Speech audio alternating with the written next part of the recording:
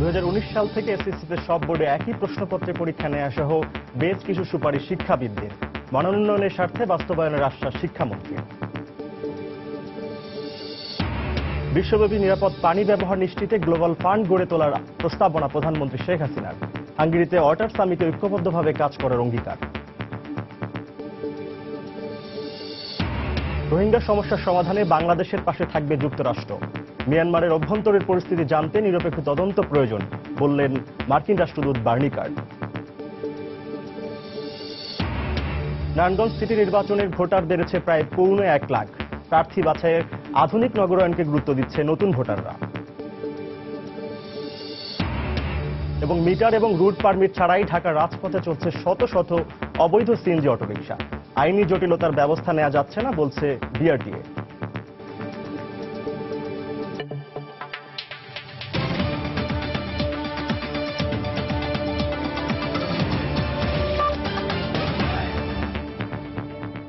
প্রবাসের সময় সঙ্গে রয়েছি আমি তরিকুল ইসলাম।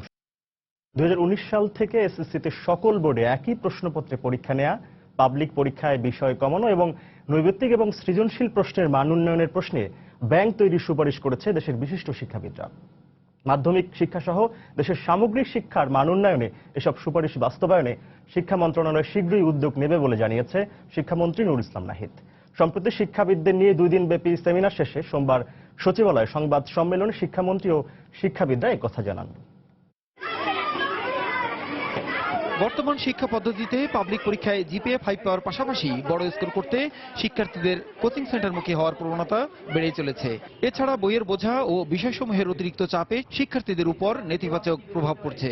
এসব বিবেচনায় নিয়ে আন্তর্জাতিক মানের পরীক্ষা পদ্ধতি প্রণয়ন সহ শিক্ষাক্রম ও পাঠ্যপুস্তক সংস্কারে শিক্ষাবিদদের দেওয়া সুপারিশমালা গ্রহণ ও তা বাস্তবায়নের কথা জানান শিক্ষামন্ত্রী। 2019 সালে সকল বোর্ডে অভিন্ন প্রশ্নপত্র প্রণয়ন করা যেতে পারে। শারীরিক শিক্ষা, স্বাস্থ্য বিজ্ঞান ও খেলাধুলা, চারু ও কারুকলা, কেরিয়ার শিক্ষা বিষয়গুলো পাবলিক পরীক্ষায় অন্তর্ভুক্ত না করে এই বিষয়গুলো বিদ্যালয় পর্যায়ে সম্পূর্ণভাবে ধারাবাহিক মূল্যায়নের আওতায় আনা যেতে পারে। এমসিকিউ এবং সৃজনশীল প্রশ্নের মান উন্নয়নের লক্ষ্যে আইটেম ব্যাংক তৈরি করা যেতে পারে।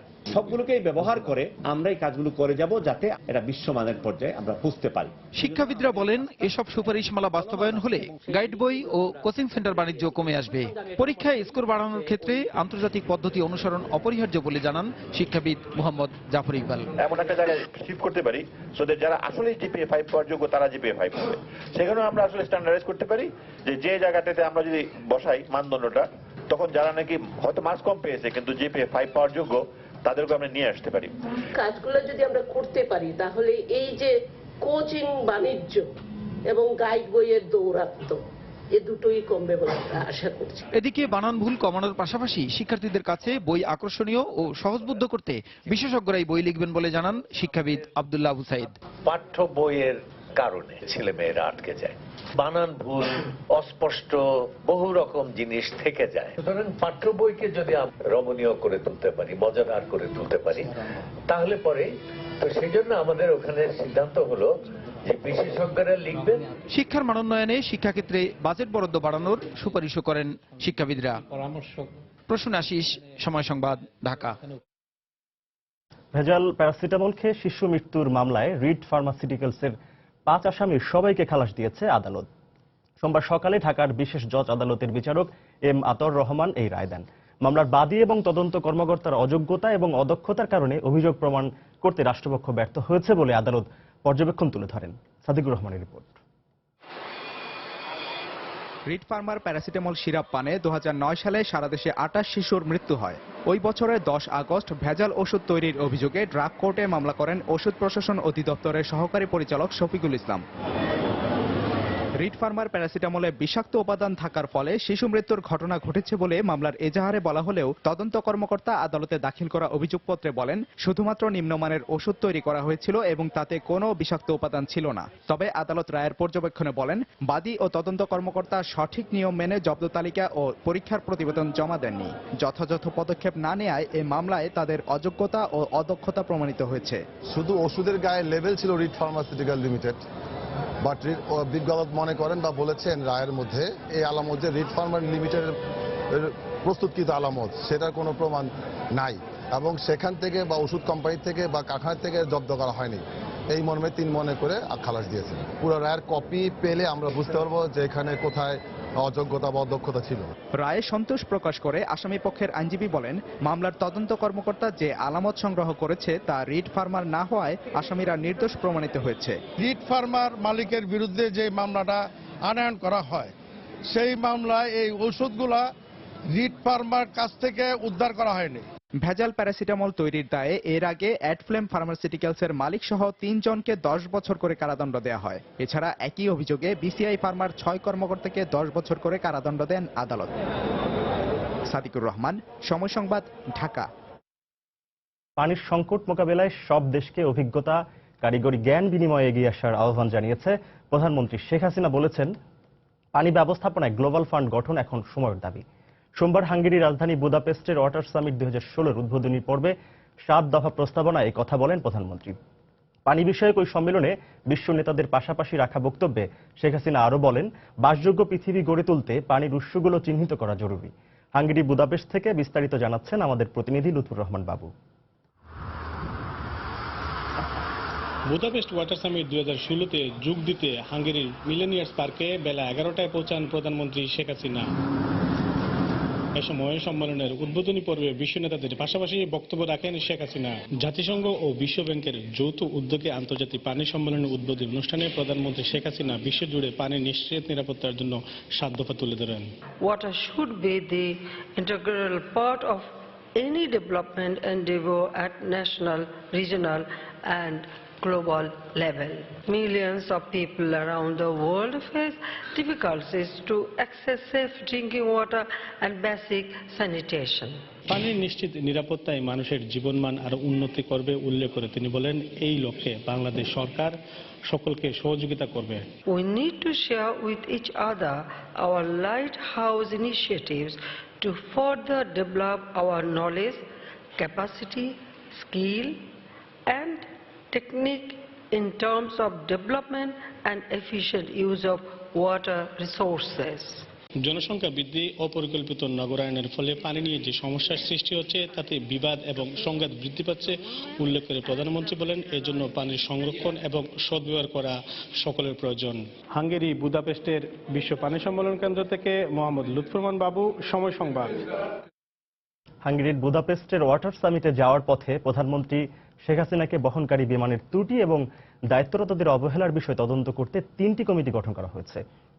সোমবার সন্ধ্যায় বেসামরিক বিমান পরিবহন এবং পর্যটন মন্ত্রণালয় সম্পর্কিত স্থায়ী কমিটির বৈঠক শেষে বেসামরিক বিমান পরিবহন মন্ত্রী রাশেদ খান মেনন সাংবাদিকদের এ কথা বলেন। এ সময় সংসদীয় কমিটির সভাপতি ফারুক খান বলেন, কমিটির পক্ষ থেকে প্রধানমন্ত্রী ফিরে আসার আগেই প্রাথমিক তদন্ত দোষীদের শাস্তির সুপারিশ করা হয়েছে। ইঞ্জিনের ফুয়েল প্রেশার কমে যাচ্ছিল, এটা নট দ্যাট যে এখানে কিছু নেই, এটা ফুয়েল প্রেশার কমে যাচ্ছিল এবং সেটা দেখা গেছে যে একটি নাট সেখানে আলগা হয়ে গেছিল, যার ফলে সিপেস্তা হয়েছে। এই ধরনের কোনো যদি ঘটনা ঘটে তাহলে পাইলটের দায়িত্ব হচ্ছে সঙ্গে সঙ্গে নিয়ারেস্ট আন্তর্জাতিক বিমানবন্দরে বা বিমানবন্দরে অবতরণ করা। ইতিমধ্যেই সিভিল এভিয়েশন থেকে একটি কমিটি করা হয়েছে, বিমান থেকে একটি কমিটি করা হয়েছে এবং মন্ত্রণালয় থেকে একটি কমিটি করা হয়েছে। 3টি কমিটি তাদের রিপোর্ট তারা তৈরি করছেন। মাননীয় প্রধানমন্ত্রী ফেরত আসার পূর্বেই যেন একটার প্রাথমিক একটা তদন্ত হয়ে যায় এবং সেই তদন্ত শেষে যারা দোষী তাদের বিরুদ্ধে একটা প্রাথমিক শাস্তির ব্যবস্থা করা হয়। প্রবাসের সময় আরো থাকছে, প্রায় 2 বছর আটক থাকায় মাহমুদুর রহমান মান্নার হাইকোর্টের দেয়া জামিন আপিল বিভাগে বহাল।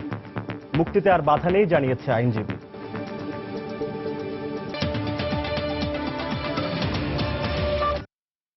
মিয়ানমারের রোহিঙ্গা সমস্যার সমাধানে বাংলাদেশ সহ সমমনা দেশগুলোকে নিয়ে যুক্তরাষ্ট্র কাজ করতে আগ্রহী বলে জানিয়েছে ঢাকায় নিযুক্ত দেশটির রাষ্ট্রদূত মার্শিয়া বার্নিকাট। সোমবার বিকেলে রাজধানীর ধানমন্ডির ইএমকে সেন্টারে এক অনুষ্ঠানে তিনি এই বক্তব্য রাখেন। মার্কিন রাষ্ট্রদূত বলেন, রোহিঙ্গা সমস্যার সমাধানে বাংলাদেশের পাশে থাকবে যুক্তরাষ্ট্র। মিয়ানমারের অভ্যন্তরের পরিস্থিতি জানতে নিরপেক্ষ তদন্ত প্রয়োজন বলেও মন্তব্য করেন তিনি।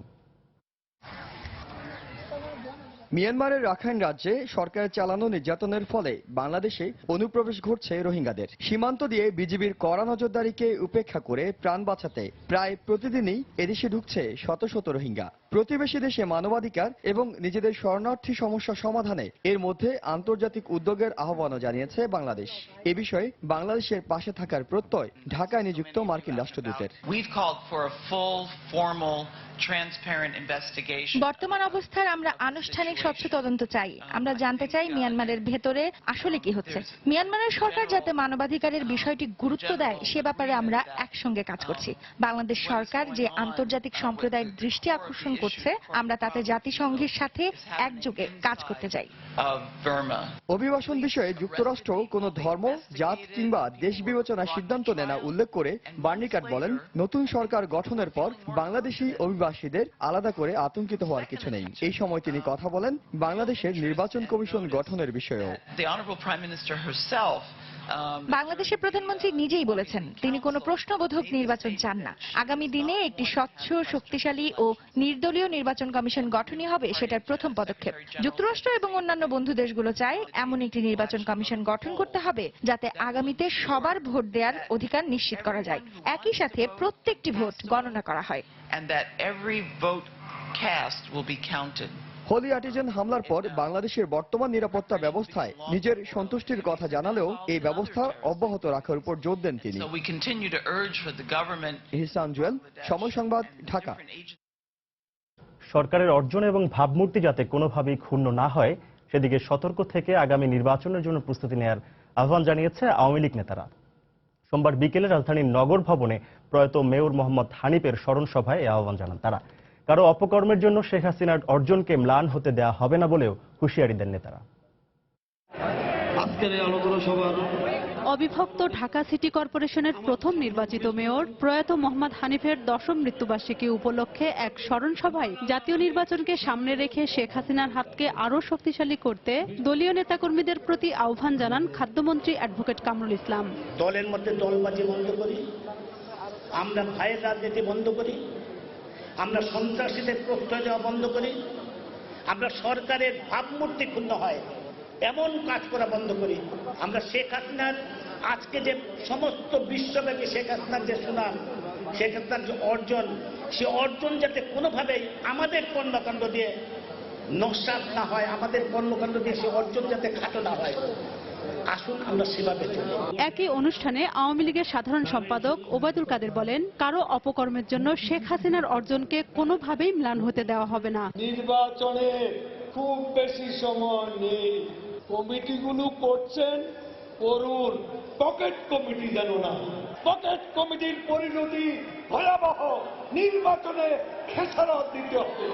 জনগণের কাছে আওয়ামী লীগকে ছোট করবেন না। গুটি কয়েকের খারাপ কাজের জন্য নেত্রীর এত বিশাল অর্জন আমরা ম্লান হতে দেব না, দেব না, দেব না। স্মরণ সভায় অন্যান্যের মধ্যে উপস্থিত ছিলেন ঢাকার 2 সিটি কর্পোরেশনের মেয়র সাইদ খোকন ও আনিসুল হক। এছাড়া ঢাকা মহানগর উত্তর ও দক্ষিণ আওয়ামী লীগের সাধারণ সম্পাদক সাদেক খান ও শাহে আলম মুরাদ উপস্থিত ছিলেন। রোজিনা রোজি, সময় সংবাদ, ঢাকা।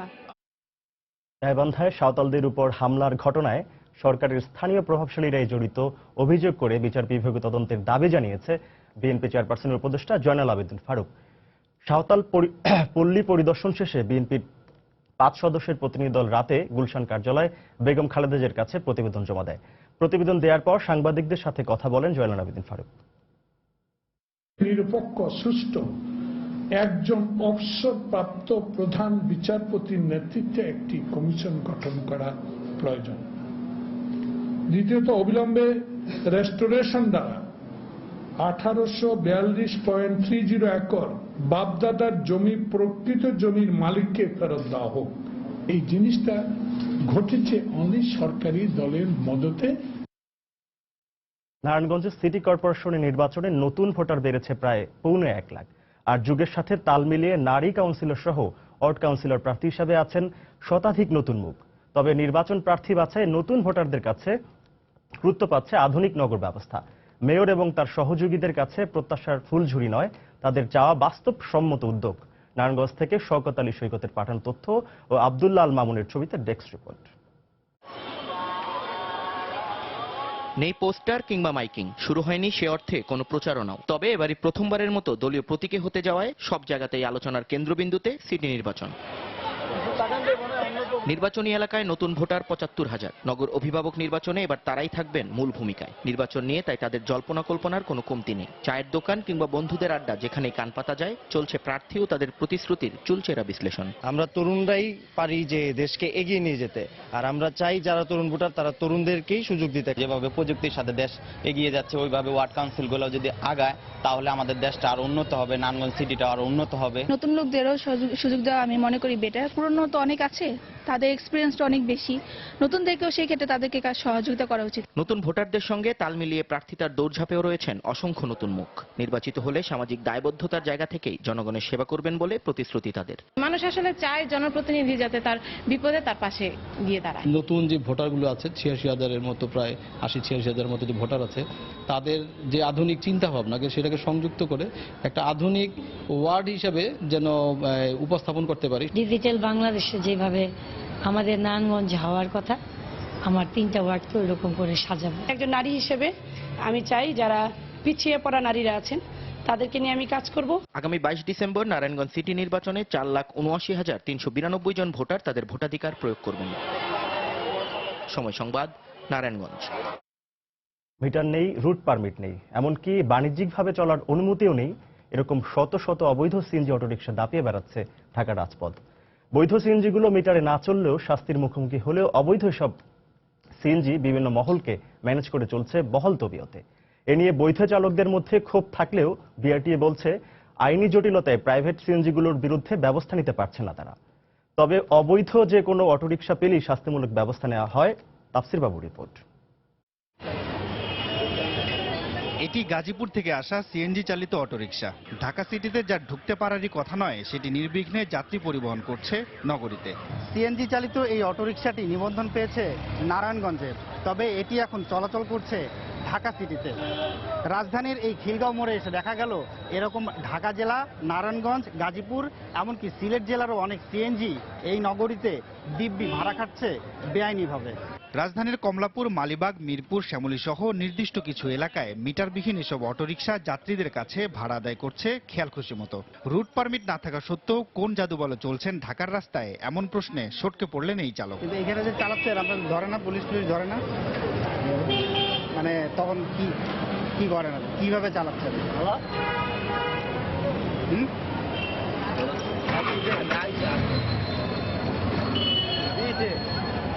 তবে অন্যদের কাছে পাওয়া গেল উত্তর। এটা জেলার গাড়ি, ঢাকা শহরে চলে সার্জেন্ট মান্তি করে, ঠিক আছে, সার্জেন্টের মান্তি করে রাখছে, সার্জেন্ট মান্তি হিসেবে চলে। মাঝখানে আটকালে হ্যার নাম করলে ছেড়ে দেয়। ওই যে হ্যারের ডেলি সকালে অফিসে নামা দিয়ে দেয়। ৬,০০০ টাকা গাড়ি প্রতি মাসে ঢাকা সিটি চলবে।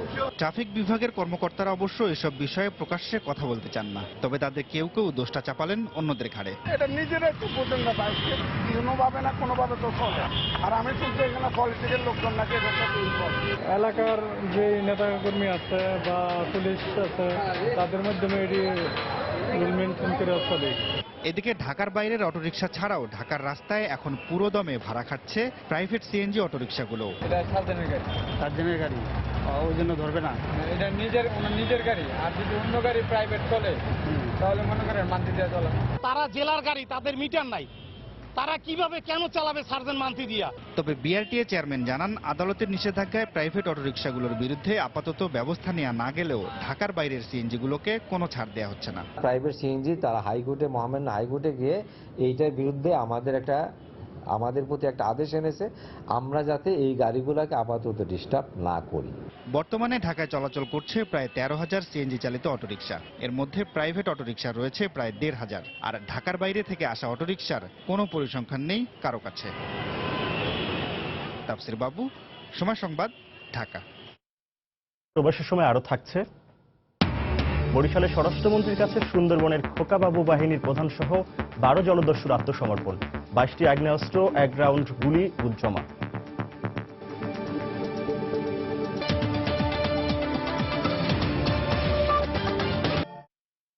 রাষ্ট্রদ্রোহ সহ ২ মামলার নাগরিক ঐক্যের আহ্বায়ক মাহমুদুর রহমান মান্নাকে দেয়া হাইকোর্টের জামিন বহাল রেখেছে আপিল বিভাগ। জামিন স্থগিত চেয়ে রাষ্ট্রপক্ষের আবেদন খারিজ করে দিয়ে প্রধান বিচারপতি এস.কে. সিনহার নেতৃত্বে আপিল বিভাগের 4 সদস্যের বেঞ্চে আদেশ দেন। পাসপোর্ট জমা রাখা সাপেক্ষে পুলিশ রিপোর্ট দাখিল করা পর্যন্ত তিনি জামিনে থাকবেন। রাষ্ট্রদ্রোহ এবং সেনা বিদ্রোহের উস্কানির অভিযোগে 2015 সালের 25 ফেব্রুয়ারি মান্নাকে গ্রেপ্তার করা হয়। তার বিরুদ্ধে সেনা বিদ্রোহ উস্কানির অভিযোগে 2015 সালের 24 ফেব্রুয়ারি ও সরকার উৎখাতের ষড়যন্ত্রের অভিযোগে একই বছরের 5 মার্চ মামলা করা হয়। তার আইনজীবী জানিয়েছে, জামিন বহাল থাকায় তার মুক্তিতে আর কোনো বাধা নেই। রাষ্ট্রপক্ষ বলছে, খুব শীঘ্রই এই মামলার অভিযোগপত্র দাখিল করা হবে।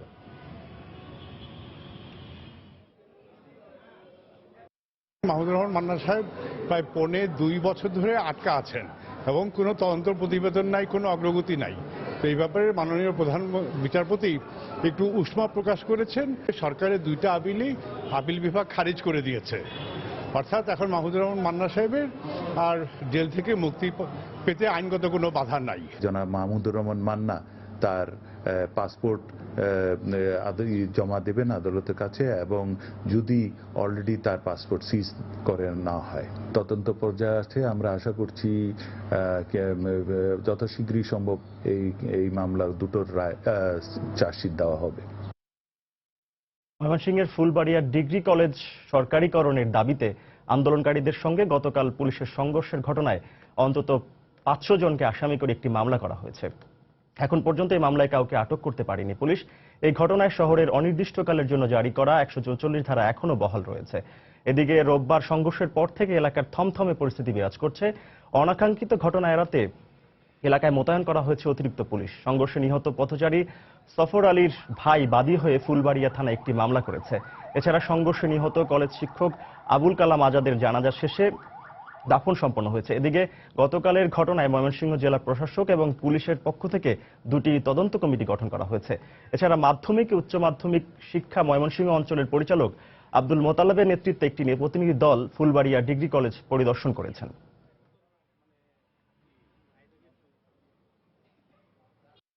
আবুল কালাম আজাদ ওই সময় ছিল, গার্ড দিছে, আমাদের গার্ড দিছে। মহিলা টিচার যারা ছিলেন, এই আবুল কালাম আজাদ সহ হেলাল প্রফেসর সহ তারা চেষ্টা করেছে তাদেরকে শেল্টার দেওয়ার জন্য, এবং পিছন থেকে তাদের উপর লাঠি চার্জ করা হয়েছে। আবুল কালাম আজাদ সাহেব মাঠের এক পাশে দাঁড়ানো ছিল, সেইখানে পুলিশ দৌড়ে গিয়ে তার বুকে লাঠি দেওয়ার পর উনি পড়ে যান।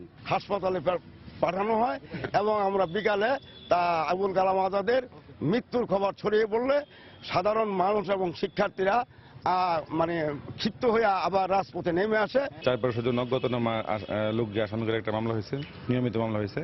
আর একটি ওই যে ইউডি মামলা হয়েছে, ওই যে একজন ভিকটিম সে যে মারা গেছিল, সে পথচারী অসুস্থ অবস্থায় মারা গেছিলেন, এই সংক্রান্ত একটা ইউডি মামলা করছি আমরা। আর আইন শৃঙ্খলা পরিস্থিতি আজকে স্বাভাবিক, এলাকায় 144 ধারা জারি করা আছে। বরিশালের স্বরাষ্ট্রমন্ত্রীর কাছে অস্ত্র জমা দিয়ে আত্মসমর্পণ করেছে সুন্দরবনের খোকাবাবু বাহিনীর প্রধান সহ 12 জন জলদস্যু। সোমবার সকালে র্যাব 8-এর কার্যালয়ে আনুষ্ঠানিকভাবে আত্মসমর্পণ করেন তারা। অনুষ্ঠানে স্বরাষ্ট্রমন্ত্রী আসাদুজ্জামান খান কামাল, র্যাবের মহাপরিচালক বেনজির আহমেদ সহ স্থানীয় সংসদ সদস্য ও পুলিশের ঊর্ধ্বতন কর্মকর্তারা উপস্থিত ছিলেন।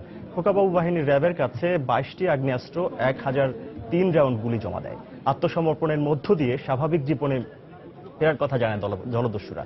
এ নিয়ে 7 বাহিনীর 60 জন জলদস্যু আত্মসমর্পণ করে।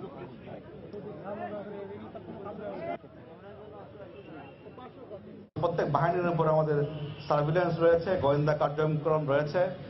আমি আশা করব যদি কারো মাথায় কোনো সামান্যতম সুস্থ বুদ্ধি কাজ করে, তার দ্রুত আমাদের কাছে আত্মসমর্পণ করবে। সুন্দরবন এলাকা আমরা একে একে চিরুনি অভিযানের মাধ্যমে এই ধরনের সন্ত্রাসী অ্যাক্টিভিটি যারা করেন, যারা জলদস্যুতা করেন, যারা বনদস্যু হিসাবে আজকে আত্মপ্রকাশ করার প্রচেষ্টা করছেন, সবাইকে নির্মূল করা হবে। সেই জন্য আমরা বলছি, আহ্বান করছি যে যারা এখনো বাকি আছেন তারা অতি শীঘ্র আপনারা সারেন্ডার করুন। রওশন এরশাদের বিরুদ্ধে এরশাদের মামলা প্রত্যাহারের ভূমিকা না রাখায় অভিযোগ করলেন দলের নেতাকর্মীরা। সোমবার দুপুরে জাতীয় পার্টির যৌথ সভায় দলের senior co chairman Rowshan Ershad বক্তব্য দিতে গেলে উত্তেজিত হয়ে ওঠেন নেতাকর্মীরা। পরে প্রধানমন্ত্রীর সঙ্গে আলোচনা করবেন রওশনের এমন প্রতিশ্রুতিতে নেতাকর্মীরা শান্ত হন। দীর্ঘ টানাপোড়েনের অবসান ঘটিয়ে সোমবার এরশাদের ডাকা যৌথ সভায় যোগ দেন জাতীয় পার্টির সিনিয়র কো চেয়ারম্যান ও বিরোধী দলীয় নেতা রওশন এরশাদ। তবে বক্তব্য দেওয়ার সময় নেতাকর্মীদের তীব্র সমালোচনার মুখে পড়েন তিনি। দলের শক্ত অবস্থান না থাকায় ক্ষমতার মোহ হিসেবে ব্যবহৃত হতে হয় জাতীয় পার্টিকে। রওশনের এমন মন্তব্যের পরপরই নেতাকর্মীরা উত্তেজিত হয়ে ওঠেন। তাদের পাল্টা অভিযোগ, এরশাদের মামলা প্রত্যাহারে কোনো ভূমিকাই রাখেননি রওশন। আমার কথা শুনো না কেন, শুনতে পারলা না। দলের শীর্ষ নেতারা দফায় দফায় তাদের থামাতে চেষ্টা করেও ব্যর্থ হন। পরে নেতাকর্মীদের উদ্দেশ্যে রওশন আশ্বাস দেন এ ব্যাপারে সরকারের সঙ্গে আলোচনা করবেন। আমি এবার সংসদে এটা নিয়ে কথা বলবো। আপনার থেকে বেশি কষ্ট আমরা পাচ্ছি, তাই না? আপনাদের তো চেয়ারম্যান আর আমরা উনি স্বামী। রওশন দাবি করেন এর আগেও বেশ কয়েকবার মামলা প্রত্যাহারের কথা বলেছেন তিনি। বিলায়েত হোসাইন, সময় সংবাদ, ঢাকা। এবার প্রবাসের খবর। বাংলাদেশের যুবলীগের 44তম প্রতিষ্ঠাবার্ষিকী উদযাপন করেছে যুক্তরাষ্ট্রের আওয়ামী লীগ। সোমবার নিউ ইয়র্কের জ্যাকসন হাইটসের একটি পার্টি সেন্টারে সংগঠনটির প্রতিষ্ঠাবার্ষিকী উদযাপন করা হয়। এতে বক্তব্য রাখেন যুক্তরাষ্ট্র আওয়ামী লীগের যুব বিষয়ক সম্পাদক ফরিদ আহমেদ, মিসবাহ আহমেদ সহ ম্যানহাটন, কুইন্স, ব্রুকলিন, ব্রুকস যুবলীগের অন্যান্য নেতারা। এ সময় কেক কেটে যুবলীগের 44তম প্রতিষ্ঠাবার্ষিকী উদযাপন করেন। অনুষ্ঠানে উপস্থিত যুক্তরাষ্ট্র আওয়ামী লীগ এবং এর অঙ্গ সংগঠনের নেতাকর্মীরা। মিয়ানমারে রোহিঙ্গাদের উপর অত্যাচার নির্যাতনের প্রতিবাদে বিক্ষোভ সমাবেশ করেছে যুক্তরাষ্ট্রের বিভিন্ন রাজনৈতিক এবং সামাজিক সংগঠন। রোববার জ্যাকসন হাইটসের ডাইভার্সিফাইড প্লাজাতে এই বিক্ষোভ সমাবেশের আয়োজন করা হয়। এ সময় রোহিঙ্গাদের উপর বর্বরোচিত নির্যাতন এবং তাদেরকে নির্বিচারে হত্যার ঘটনায় বিশ্ব নেতাদের নির্বিকার ভূমিকা লজ্জাজনক বলে মন্তব্য করেন সমাবেশে উপস্থিত বক্তারা। একই সঙ্গে রোহিঙ্গাদের হত্যা এবং নির্যাতন বন্ধে যথাযথ পদক্ষেপ নিতে সরকারের প্রতি আহ্বান জানান বিভিন্ন সামাজিক এবং রাজনৈতিক সংগঠনের নেতারা। এছাড়া নির্যাতন বন্ধে কার্যকর ভূমিকা রাখতে জাতিসংঘ মহাসচিবকে এগিয়ে আসার আহ্বান জানানো হয়। হোলি আর্টিজানের সন্ত্রাসী হামলার ঘটনায় প্রায় 5 মাস পরও রাজধানীর গুলশান এলাকায় কাটছে না ব্যবসায়িক মন্দাভাব। বিক্রেতারা বলছে মার্কেটগুলোতে এখনো পুরোদমে ক্রেতা সমাগম হচ্ছে না। ক্রেতারা বলছেন গুলশানে চলাফেরায় এখনো কিছুটা আতঙ্ক কাজ করে।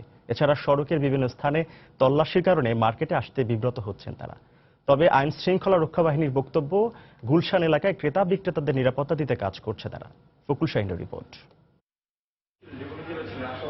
দেখে বোঝার উপায় নেই এটি একটি রেস্টুরেন্ট। রুমের দেয়ালে লেখা ও এর কর্তৃপক্ষের সঙ্গে কথা বলে জানা গেল সঠিক তথ্য।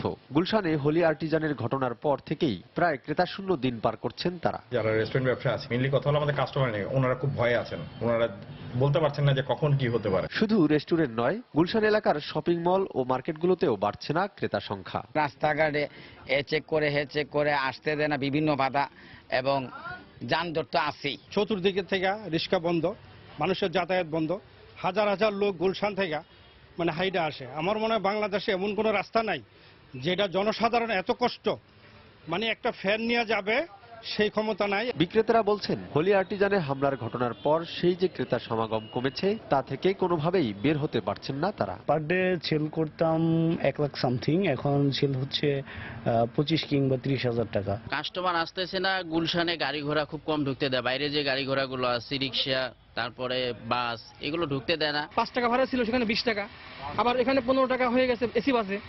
সেখানে সিরিয়াল দিয়ে উঠতে হয়, অনেক বড় কিউ দিতে হয়, তো সেখানে কাস্টমারের তো এত ঠেকা নাই যে এখানে সিরিয়াল দিয়ে আসতে হবে। তবে আইন শৃঙ্খলা রক্ষা বাহিনীর দাবি, গুলশান এলাকায় নিরাপত্তা জোরদারের কারণেই মার্কেট ও রেস্টুরেন্টগুলোতে ক্রেতাদের উপস্থিতি বেড়েছে। কোনো রেস্টুরেন্ট কিংবা হোটেল যদি মনে করেন যে তারা এখানে বর্ডার আসছেন না, এই বিষয়ে তাদেরকে নজর দিতে হবে। আর যদি স্পেসিফিক কারো কোনো সমস্যা থাকে আমাদের সাথে কথা বললেও সেটা আমরা রিজার্ভ করার চেষ্টা করব। চেকপোস্টের জন্য অথবা অন্য কোনো কারণে বাধাগ্রস্ত হচ্ছে সে ধরনের নিশ্চিত কোনো অভিযোগ কিংবা প্রমাণ আমাদের কাছে এই মুহূর্তে নাই। বিশেষজ্ঞরা বলছেন গুলশান এলাকায় ব্যবসায়িক মন্দাভাব কাটাতে ব্যবসায়ীদের নতুন পরিকল্পনা গ্রহণ করতে হবে। ফখরুল শাহিন, সময় সংবাদ, ঢাকা। গাজীপুরের সড়ক দুর্ঘটনায় এক শ্রমিক নিহতের ঘটনায় যাত্রীবাহী বাসে আগুন দিয়েছে বিক্ষুব্ধ শ্রমিকরা। এ সময় গাজীপুরের জয়দেবপুরের সড়ক অবরোধ করে বিক্ষোভ করে তারা। পুলিশ জানায় সকালে একটি গার্মেন্টস কারখানার শ্রমিক মামুন বাস চাপায় নিহত হয়। তার মৃত্যুর খবরে ওই কারখানায় অন্যান্য শ্রমিক উত্তেজিত হয়ে জয়দেবপুরের 3 রাস্তা সড়ক এলাকায় রাস্তা অবরোধ করে বিক্ষোভ করে। এক পর্যায়ে তারা একই যাত্রীবাহী বাসে আগুন ধরিয়ে দেয়। পরে ফায়ার সার্ভিসের 2টি ইউনিট ঘটনাস্থলে এসে আগুন নিয়ন্ত্রণে আনে। এ সময় 2 ঘন্টা যান চলাচল বন্ধ থাকে।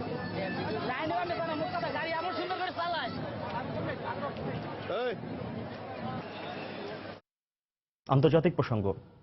যুক্তরাষ্ট্রের ওহাইও স্টেট ইউনিভার্সিটিতে অজ্ঞাত বন্দুকধারীদের গুলিতে 9 জন আহত হয়েছে। এ সময় সন্দেহভাজন ওই বন্দুকধারী নিহত হয় বলে জানা গেছে। প্রত্যক্ষদর্শীরা জানায় সোমবার 3 জন বন্দুকধারী ইউনিভার্সিটির ভেতরে প্রবেশ করে অতর্কিত গুলি শুরু করে। এতে 7 জন আহত হয়। তাৎক্ষণিকভাবে আহতদের স্থানীয় হাসপাতালে ভর্তি করা হয়। এদের মধ্যে 2 জনকে অবস্থা আশঙ্কাজনক বলে জানায় ফায়ার সার্ভিসের কর্মকর্তারা। আকস্মিক এক গুলির ঘটনায় ক্যাম্পাসের শিক্ষার্থীদের মাঝে চরম আতঙ্ক বিরাজ করছে। ঘটনার পরই ক্যাম্পাসের পুরো এলাকা ঘিরে ফেলে রেখেছে পুলিশ। তবে ঠিক কী কারণে গুলি করা হয়েছে সে বিষয়ে কিছু জানাতে পারেনি পুলিশ। ওই ইউনিভার্সিটিতে প্রায় 60,000 শিক্ষার্থী রয়েছে। মার্কিন প্রেসিডেন্ট নির্বাচনে উইসকনসিন অঙ্গরাজ্যের ভোট পুনর্গণনার সিদ্ধান্তে কোনো কিছুই পাল্টাবে না বলে মন্তব্য করেছেন নবনির্বাচিত প্রেসিডেন্ট ডোনাল্ড ট্রাম্প।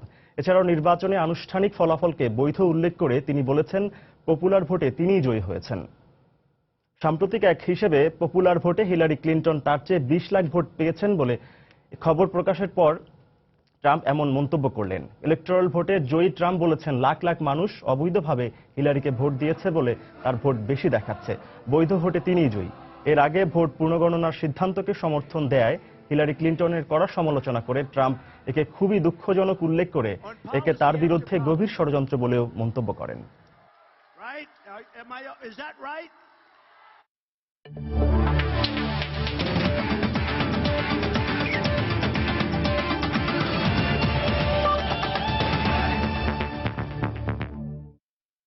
বিপিএল এর খবর।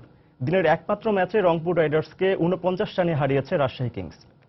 আগে ব্যাট করতে নেমে বিপর্যয়ে পড়লেও শেষ দিকে মেহেদী মিরাজ এবং ফরাদ রেজার দৃঢ়তায় 128 রানের পুঁজি পায় জেরন সামির দল। লক্ষ্য তাড়া করতে নেমে মাত্র 79 রানেই গুটিয়ে যায় রংপুর রাইডার্স। টসে জিতে ব্যাটিংয়ে নেমে রাজশাহীর শুরুটা হয় ভয়াবহ। ইনিংসের দ্বিতীয় ওভারে রুবেল হোসেনের বলে আউট হন জুনায়েদ সিদ্দিকী। এরপর আরাফাত সানি এবং শহীদ আফ্রিদির বোলিংয়ের সামনে অসহায় আত্মসমর্পণ করে রাজশাহীর ব্যাটসম্যানরা। সাব্বির সামি, উমর আকমলরা দ্রুত ফিরে গেলেও দলীয় 43 রানে 7 উইকেট হারায় রাজশাহী কিংস। তবে লড়াইয়ের ইঙ্গিত দেন মেহেদী মিরাজ এবং ফরাদ রেজা। রাজশাহীর ইনিংসের প্রথম 10 ওভারে 50 রান আসলেও পরের 10 ওভারে এই 2 ব্যাটসম্যান যোগ করেন 78 রান। অষ্টম উইকেটে তারা গড়েন 85 রানের অবিচ্ছেদ্য জুটি। ক্যারিয়ার সেরা ইনিংস খেলা মেহেদী মিরাজ 41 এবং ফরাদ রেজা অপরাজিত থাকেন 44 রানে। জবাবে রংপুরের শুরুটা ভালো হয়নি। দলীয় 50 রানেই প্রথম সারির 5 ব্যাটসম্যানকে হারিয়ে মারাত্মক ব্যাটিং বিপর্যয়ে পড়ে রংপুর। মিথুন 20 আর শাহজাদ 12 রান ছাড়া ব্যর্থ হচ্ছেন অন্যরা।